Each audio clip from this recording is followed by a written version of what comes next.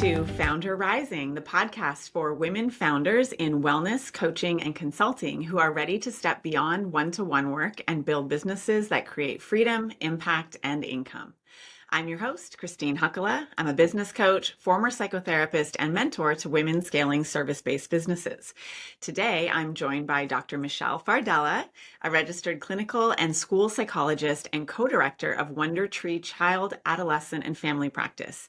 Michelle has built a thriving multi-clinician practice that scaled rapidly from the start, and she's done it while staying deeply connected to her mission of supporting children, teens, and families with compassion and clinical excellence. With years of experience working across hospitals, schools, and private practice, she knows firsthand what it takes to grow while staying grounded.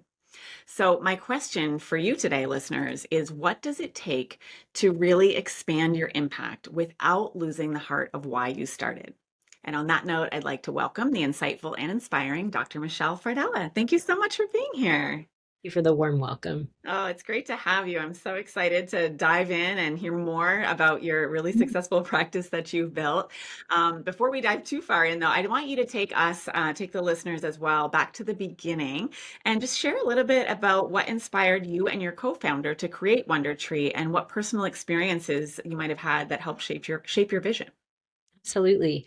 And it's a story we tell almost to every person that we interact with who wants to learn about WonderTree, because Stephanie and I are really the roots of it. At the end of the day, our relationship as best friends is deeply rooted in WonderTree and our experiences in our early learning in university and then our experiences in the public sector. So Stephanie and I went to graduate school together at York University. We did our master's and our PhD in the same cohort, and we had a lot of shared experiences in terms of working in labs that focused on autism. Our research was quite aligned. We were mentors in a mentorship program for young adults at the university who were autistic.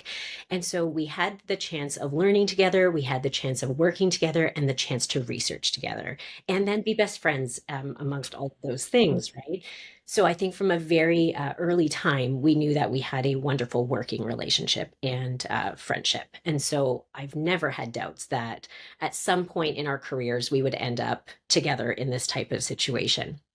So we've worked in the public sector, and I think that's where we saw the most difficulty that families were having in Ontario specifically with when you have a kiddo with complex needs, you often need multiple service providers, right? So you might need occupational therapy, psychology, psychiatry. You're going to need support from SLPs. And so we saw how everything was so siloed in the province, right? So you'd go to one agency, you'd have this, but then you would need a private practitioner for this. The wait lists were so long. Like Stephanie working in the hospital had a 3-year wait list. Me in the school system, kids were waiting 1.5 years to see me. And it didn't feel right, right? There was this feeling of, there's got to be more that we can do. We were really tired of working in systems that were not able to see families quickly, efficiently, and in a multidisciplinary capacity. And so that's where really the desire for WonderTree was born. It was for these kids who needed this wraparound, cohesive care. And in the private world, we could create that space to do that in a timely manner and with people that we knew and trusted. We could build our own team. And so it was the end of our last mat leaves for each of us where we said, we're going to do this. and that's where WonderTree was born, where we were just ready, after having our kids, to just take that leap out of the public sector and into the private sector to start this. I mean, the whole thing is inspiring to me. And right at the end, you mentioned about how you had this vision for and actually created a multidisciplinary clinic right out of the gate. And that was the piece that really struck me, because most of the women founders I speak to start doing one-on-one. And if they're going to grow a multidisciplinary clinic or bring on associates or expand, that's something that happens years down the road for them. So when you say it makes so much sense about why you did it. But tell me and share with our listeners, what did those early months really look like? Going from leaping into your own business and simultaneously opening a multidisciplinary clinic? Yeah, we were also still working in the public sector. So I'm going to say that. So we were coming off mat leave. We were still working in school and hospital, Yeah. and we started WonderTree at the same time. So it was absolute chaos. So if I'm going to use one word to describe that period of time in our lives, it was absolute chaos. So there's diapers, there's daycare registration, there's hiring, 10 people when you don't have a business. We Wow. didn't have a functional clinic. We had to sell our vision to people. And so I think that was really unique. Like for many people, when you're hiring somebody, you can say, this is my business, this is our client flow, this is what it's looking like. We had to sell people on our values and our vision for WonderTree. And so to do that, I would say it was hard and easy, right? So for people, we were able, because we'd been in this world for such a long time, we knew so many clinicians that in our minds we knew were experienced, we loved them personally. We're like, we know a good chunk of people. Let's reach out to the people we know to see if they want to jump on this journey with us. So we were able to build our team by doing some reach outs. We still had to do things like LinkedIn advertising. We had to hire admin. And it was hard. Like it was hard, but also when as soon as we found those people who were aligned with our values, and they were willing to like be patient as well, because it's like we have to build a practice, we have to build your caseload. I don't have clients right away to give to you. Are you cool with not having a lot of clients for the first few months? The people who were willing to do that and shared our values, they stuck around. So I call them our OGs. Our OGs are fantastic, and because of them we were able to start with a multidisciplinary practice. I think we started with 8 people to start. So at launch there was 8 of us, and I feel very, very privileged that we were able to do that from the start. That is not a common thing. I recognize that. Yes, But we it's, don't. Our I motto don't is, know how rare it is and yeah, how our much. motto is like go big or go home. Like I feel like just temperament wise, like Stephanie and I are very much like we want to do all the things. Like there's Yeah, part of our neurotype as well. yeah. And so it was, if we're going to do this, we're going to do it the way we want to do it. I love it. Well, you Yeah. certainly sold me on your vision. And even though it sounds like an incredible feat, and it is, Hmm. when you share it, I can see why so many people wanted to work with you right out of the gate. And even though you didn't have clients, you didn't have a business right away, Hmm. based on what you shared with me before, it has grown really, really rapidly. And as you mentioned, you called it chaos, right? Really rapid growth. And even Yeah. when it's slow, can feel like chaos, scaling any type of business. But never mind a service-based business serving families and children. I can only imagine how chaotic and potentially overwhelming that was. What have been, just over the years, whether in those first few years or even a little further on, what have been some of the biggest challenges that you've faced behind the scenes in actually growing the business? So I think the fact that Stephanie and I are like first and foremost clinicians, not Mhm. business people, right? So Yeah. we've never been to school for business. A lot of this has been like the growth of like becoming business owners. What does that mean? And having time to do the business stuff. Because we like, there's also this feeling when you own a business and you're a practitioner that if you are not in front of a client, you are losing money. Like that balance of the more clients I see, the more money my business makes. But if I don't put time aside to run my business effectively, then the walls will crumble. And so we've had to protect time, and having protected time from like a business standpoint, I'd say has been quite the hurdle, because we want to see more clients and we have wait lists, and then we feel guilt if we're not seeing families on our wait list. So I think for us it's been really like making sure we have the time aside from like a business standpoint to do the businessy kind of stuff that we Yeah. don't love. I want to be in front of clients. I don't always want to be looking at the books and, doing all that other stuff, but it does require attention. So it's the shifting from like just being a practitioner to, being a business owner, and prioritizing time as a business owner has been tricky for us. So that's amazing. I love that you shared specifically that piece around managing your time. Actually taught a workshop on that a few days ago. So you're preaching to the converted. I am totally Yeah. with you on how important it is to protect your time as a business owner. I think that's also one of the biggest shifts that practitioners face when they go from one-on-one to scaling. And you just learned that right out of the gate, right? Because when you're doing the one-on-one thing, protecting your time isn't quite as important because it's all about getting clients, serving your clients. But right out of the gate, you couldn't even do that because then your associates wouldn't have clients. The other practitioners wouldn't have clients. You wouldn't actually be able to deliver the service you said you wanted to deliver. Yeah. So with respect to the people that you hired at the Mhm. beginning and that you've hired since, I can imagine that finding people and finding the right people, especially for Mhm. your business, might have been a tough part.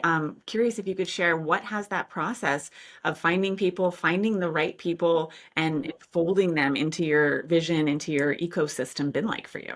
Yeah, I think we have a process now after all this time. We've grown. I Yes. think I don't know. I actually don't know how many people work for me right now, but it's over 20. And we're We're onboarding 2 new 20. people this week. Yeah, yeah. Mhm. So and because we're always onboarding, and then somebody might go on maternity leave. I don't keep that number in mind when people ask me. It's a lot of people.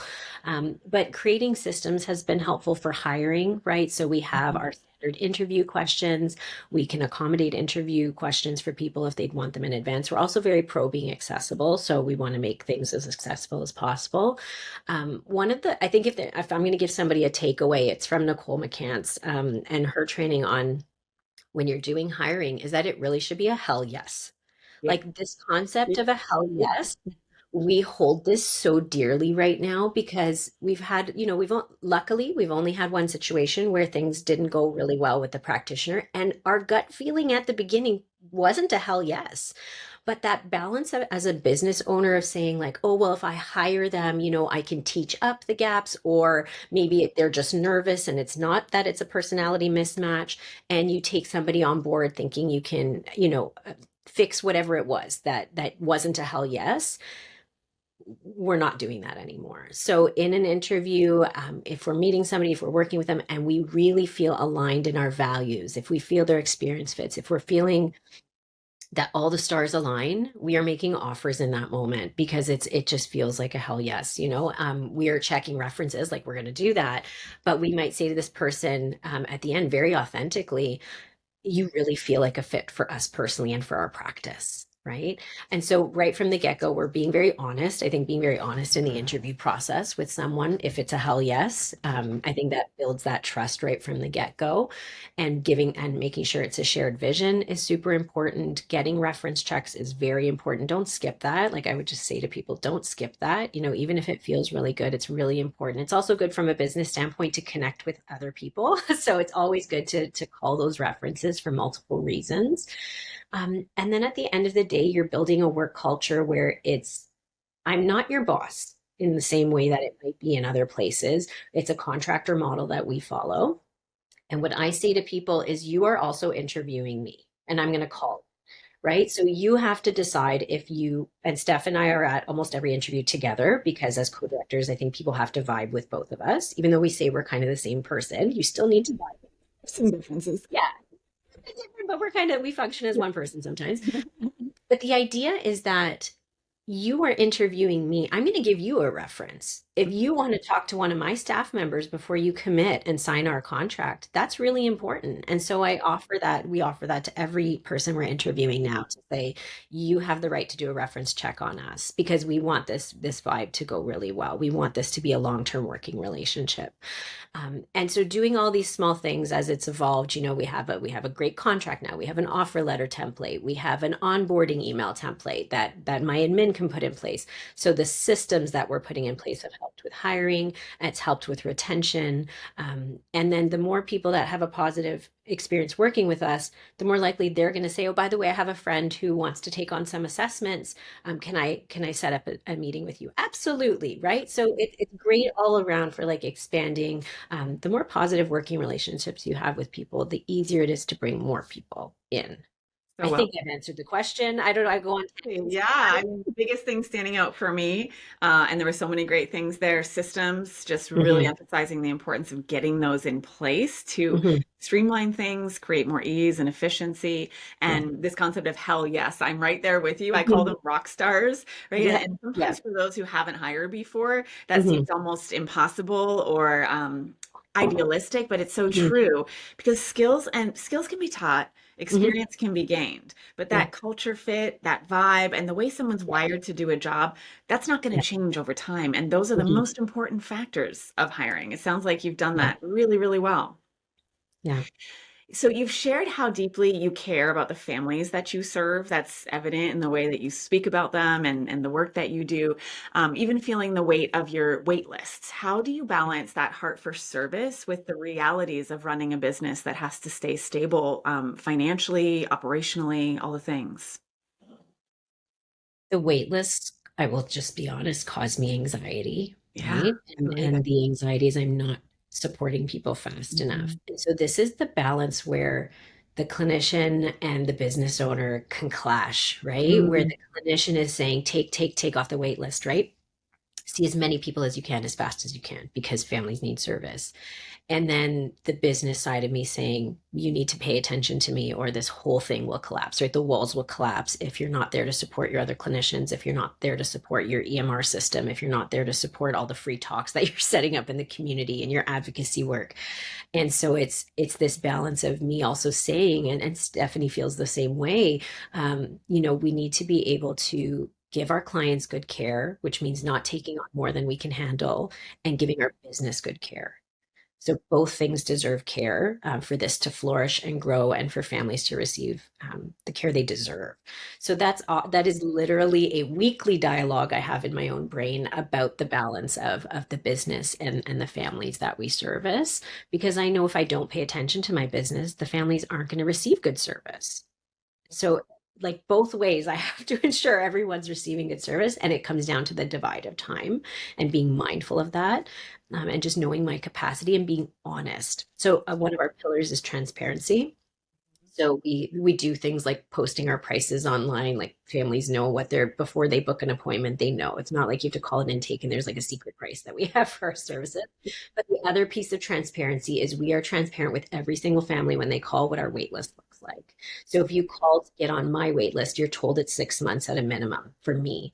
If I'm on the phone with you, I'm going to say I have practitioners where it's probably only 2 to 4 months, and I'm hiring all the time and I'm working to get that down for you. So there's full transparency with our families about the wait list, which I think is helpful for them to know, this is what it is for therapy. I can get you in with my SLP immediately or my OT, but this is the wait list for this. And we can work with families to get some care in place. It might not be the whole package that you're getting all at once, but we can get some services in place. Like families are doing some OT sessions while they're waiting for our psychotherapist, for example.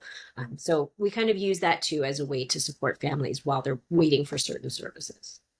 Yeah, I can certainly see how that transparency would help you achieve that balance of being the Mhm. business owner as well as the provider. And I love that you mentioned that the balance is something you're doing weekly, because sometimes we get into this thinking that the balance is one thing, right? Whereas my Yeah. experience, and it sounds like yours Yeah. too, is that balance is something that you're constantly doing and constantly managing. And I actually hate the word balance. I'm just going to be honest. Because it isn't a balance. I forget, there was this one person I saw a great talk, and she was talking about juggling versus balance, this idea Mm, of juggling, mhm. because it is a juggle. There are weeks, Of course as it is. especially if you're a parent, where you're juggling and your family needs to be prioritized, right? Like if my child is sick, my clients are getting canceled, right? It's a juggle, it's not a balance. And I think we're always juggling when you own your own business and you have a family and you have all these other commitments in life. It's balancing your priorities, but you have to be aware if you're not juggling properly and you're always prioritizing your business, that's where there's no balance. But I think we all have to recognize that the balance should shift and priorities do shift because stuff happens. Like if I have a kid who we have the ambulance at the clinic, I'm going to prioritize that and I have to go support that family and deal with that. But then we have to kind of shift back, right? I love that you brought up your own family too. It leads me straight into my next question is, as a mom, as a Yeah. clinician, and as a business owner, how do you protect your family time? I end work early. Yeah. That's what I do. And not everybody does that, right? So Mhm. I end work early in the day, but I work once my kids go to bed. I'm not advertising this as a good idea for anyone, but it's what Real works though. for your It's real. family, right? Yeah. And so for Stephanie and I, We have our set hours that work so that we can bring our kids to school and pick our kids up and be with them, at the end of the day for dinner time. But then we might be hopping on our computers from 9 until 11 to do our work that we want to do. So we have sort of what's beautiful about private practice is the flexibility that it affords you in terms of when do you do your report writing, when do you do your notes, when do you see clients. We can actually flex that time and have some agency in determining that. But it is a very difficult balance because when you run your own business and you have other clinicians working for you, my clinicians are working while I'm at home. So if something does happen while I'm with my kids, I'm picking up the phone and dealing with that. Always on call. You're always on call. And so that first, if you don't want to always be on call, it may open your home you may not multidisciplinary. want to have 20 plus people working. But we are putting, again, it comes back to like systems. The systems are in place to protect our time with our families. So like now we're ready to hire our third admin. So that third admin should be helpful for protecting our time to troubleshoot things before it gets to us. Putting systems in place, really like, yes, it's for the business. But if it saves us time, then we have more time for our families. And so when people are like, well, I don't know if I'm ready to hire an admin, I tell them you should be tracking how much time you're spending on your admin tasks, right? Because if you are putting time into doing things like bookkeeping, booking appointments, and all of that stuff, is that worth your time? And if it is not worth your time, hire someone to do it. Totally agreed. Many times we can hire someone at a fraction of our own hourly rate. Exactly. If we're spending 5, 10 hours a week on admin work, and there's that hesitancy there of, oh, I don't know if I can afford to hire someone. I think I would argue, and it sounds like you're of the same mindset, that we can't afford not to, because by bringing that person in, getting those things off your plate, like you've experienced, you have more time for your family and also to put back into actually growing the business. Yes, absolutely. Yeah, I think that's an important point. People don't think about how much their time is worth. So if I think how much my time is worth and I were to put a dollar value on it, absolutely worth it to hire somebody to do my website edits, to do my admin work, to make the phone calls, to reschedule appointments. It is worth it for me to have the right people in place. All of those things. The hell yes. Exactly. Yeah. So, Michelle, when you think about the past 2 years, what have been the biggest mindset or identity shifts that you've had to make as you step further and further into your leadership role? I think the biggest shift for me, and it had to happen quite quickly, was from a social media perspective. And we haven't really touched on social media, but I will say as a profession in psychology specifically, and maybe it's even more specific to provincially where we are, psychologists are quite quiet, right? We're not allowed to advertise in certain ways. We're not really taught how to put ourselves out there and have positions that are public. So when we became a brand, when WonderTree became a brand, so to speak, Stephanie and I were the faces of that brand. And putting ourselves out there was very tricky and uncomfortable. And so very quickly, I had to become comfortable with making content, with putting my face on videos, with making statements. And I wasn't working for the public sector anymore. So I could start talking about the problems in the public sector. That shifted. It was a massive shift in my stance, right? Not my stance. My stance was the same, but putting my stance out there into the public eye, talking about the issues in our education system, talking about the wait lists in the public system was a really big shift. And so now I'm much more comfortable 2 years in from like an advocacy standpoint and being a public advocate for families who are neurodivergent and struggling with our system.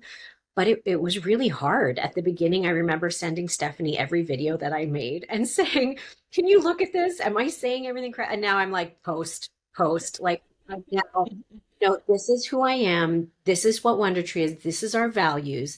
And I'm absolutely comfortable with being public about that. So I think that like comfort in who your business is, putting your business out there, putting yourself out there as the face of your business, because for many of us, we are the faces of our business, right? That was a massive shift for me. I had never had to do that before because I was in the public sector or I was working for somebody else's practice. And so you don't put yourself out there in the same way when it's someone else's practice. So I think that was a really big for me personally in the last 2 years, that's been a huge shift. And then just from a leadership perspective, having to to be the one of the go-to people when running a team. I haven't had to be that in the same way. So it's a new experience to be the person that people come to much more often for supervision, for consultation, case management, troubleshooting tricky times that clients are having with the school system. You're kind of the person putting out fires a lot more often than any other role that I've had. So it's been new. That's all been new. Lots of big shifts. Oh my Lots goodness. of this, Just yeah. going back to the first one around Mhm. getting more comfortable putting yourself out there, I can imagine how big, again, I've experienced myself how big that identity shift is. And I Mhm. imagine it's relieving for a lot of our listeners to hear that it doesn't always feel so uncomfortable. I hear a lot of female founders say, when I'm supporting them to grow their business, they'll say, I'm really great when I have a potential client in front of me. I can talk to them. I can build the relationship. They want to come in and work with me. I can get the results. But the problem a lot of them say is getting them in front of them in the first place, which does require putting yourself out there in one way, shape, or form. Everybody's got to do it. We don't all have to do it the same way, but so good to hear that it's not always as uncomfortable and anxiety provoking as it is at the beginning, that it's a learning curve. It's a learning curve. And I think the best advice I've ever heard from any business coach when it comes to marketing is to just be authentic. I Like love that. clients know, just like we know when we're watching someone, we're like they're reading a script or they're not being themselves. I can tell they have their professional voice on, right? So Mhm. videos that I made 2 years ago versus videos now, I remember like making sure my hair looked okay and Yeah. making sure that like the background was clean. And now I'm like, here's me in my pajamas talking to you about The real me. here's the real me. And time again, the feedback I get from family is from families is that I watched you on Instagram and I saw that video that you made about the wait lists and they said like I felt heard, I felt validated. And I'm like, I looked terrible, but it's not about that, right? That's not, people don't care. People don't care what you look like. People care about your values. People care that you're advocating. People want to feel validated. And if they feel like you align in those things, then they're going to book with you or they're going to trust you. And trust is the first thing that people need to have to book an appointment with your practice. So if you can sort of show your values and show that you're trustworthy, then they're more likely to actually engage with you and your practice. Yeah, I totally agree. Yeah. Marketing is about building relationships, and what Yeah. better way to build relationships than, as you said, by being authentic? Yeah. Michelle, if you could go all the way back to the beginning, is there anything that you would do differently, knowing what you know now, to make those beginning steps feel a little bit smoother or easier? I think building those systems out, like we were pretty good. Yeah, We built out some yeah, systems it at the sounds like start, it. but like I think a lot more systems needed to be put in place. I think that would have made it a bit more smoother sailing or Mhm. getting consultation a little bit more at the start around, probably some business coaching at the start would have Yeah. been helpful. I would say that. I did a deep dive myself into like, doing all the free stuff I could find because there's a lot of free business There is a related lot of stuff. great advice out there. I did a lot of great advice, and I think that was super helpful. So Mhm. doing that dive at the beginning was really helpful. But it might have been helpful to have some more tailored advice at the start around starting the practice, especially like a multidisciplinary practice and working with different colleges and different professionals. I feel like it was a really unique situation that we were in. It wasn't necessarily easy. And then I think also not doing everything at once. Like again, like I said, Steph and I are go big or go home. And it might have made sense to wait till we were done our mat leaves. It might have made sense to like slow things down and maybe not hire all those people at once. Do I regret it? Absolutely not. That's not in your nature. No, I don't regret it, but I can acknowledge it wasn't easy, right? And so I can acknowledge that I was in a position that was really tricky and overwhelming, and so I probably should have slowed down a bit, but I don't regret that we didn't slow down a bit. So I think that's just a thing with us is like we're being very mindful of our time now, where we actually will say to each other, "Is this worth the time?"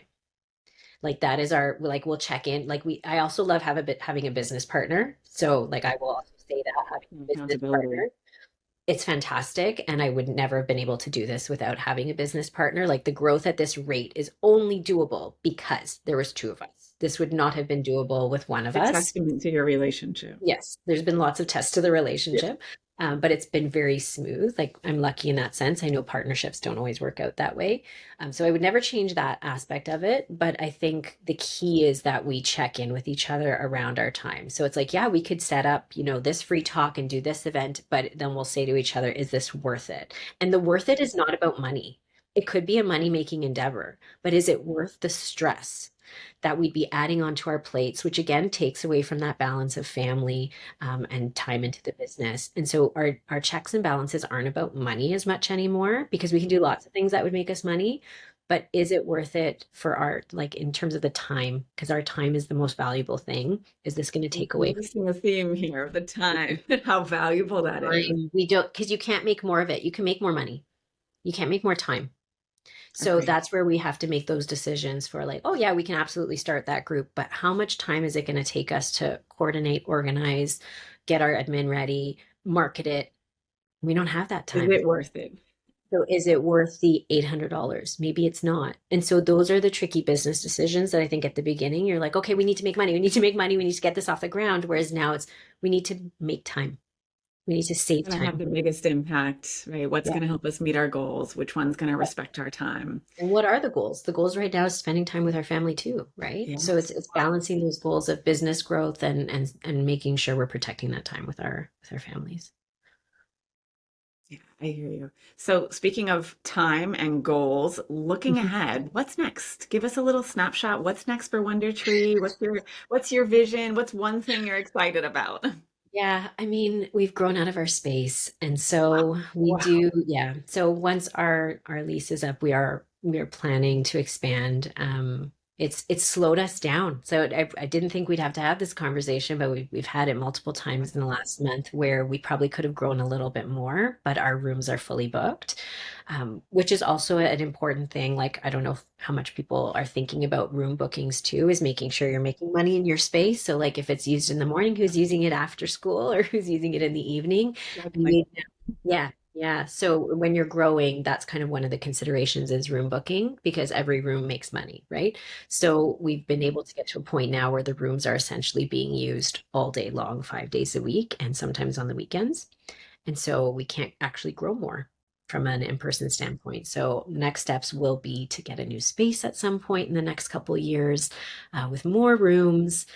We're going to mimic what we've created because families love what we've created. It's like a sensory friendly pediatric environment. I call us the fidget capital of Ontario.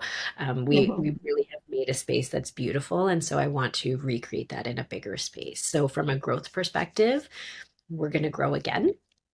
We're on trajectory to grow more. Congratulations. Thank you, but at a pace that is going to work for us. So I think that's just again being mindful of like time and when is the right time for this to happen, and because it's going to be that's a big deal, like a whole other lease and getting the like we did a lot of stuff to the space to get it ready to make it perfect for our families that we see. So we're gonna have to do that all over again, and that's time and that's money. So it's coming.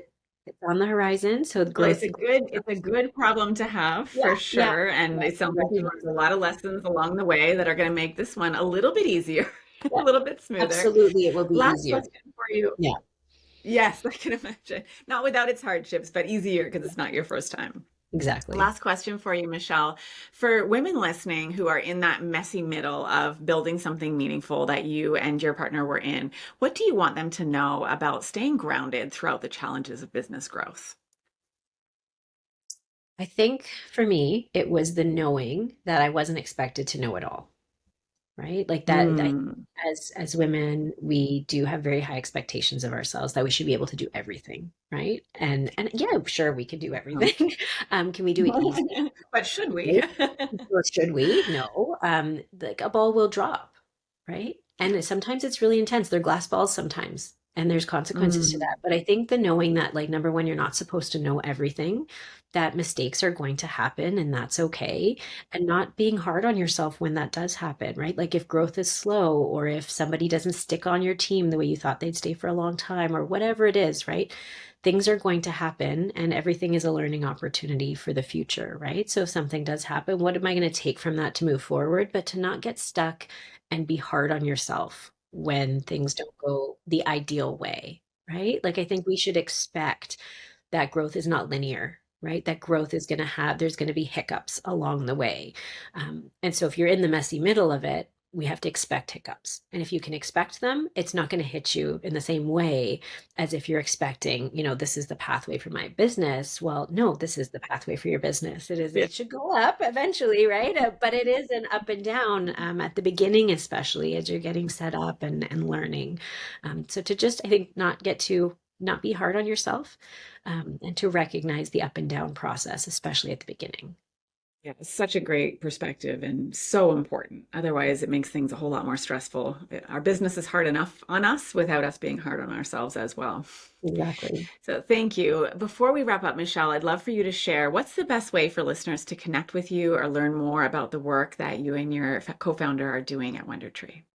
So we have presence in a few different places. So our website is www.wondertreepractice.ca. On Instagram, we are at WonderTree Practice. And if anybody wants to get a hold of us, we have a contact form on our website, or the email is info@wondertreepractice.ca. I'm also on LinkedIn. So like from a professional standpoint, it's my full name there. And I'm not on TikTok yet. I know I have a to-do list of other socials to get on. But Instagram is my jam. That's where we post a lot of our advocacy stuff, and it's linked to our Facebook. So we show up on Facebook as well. Wonderful. Thank you for that. And thank you so much for not only sharing your journey, sharing your successes, but sharing so authentically the challenges that you've experienced along the way, and really helping to normalize those. And hopefully our listeners, one of the takeaways will be just to give ourselves a little bit more grace, because this is really hard sometimes. And thank you to our listener for tuning into FoundHer Rising. If today's episode resonated with you, make sure to follow the show, share it with another founder, and leave a quick review. It helps more women find these conversations. You can always connect with me or Michelle on LinkedIn, or learn more about how I support women grow and scale service-based businesses at HakkolaHorizons.com. Until next time, keep rising and keep building the business that gives you freedom to live, lead, and create on your terms.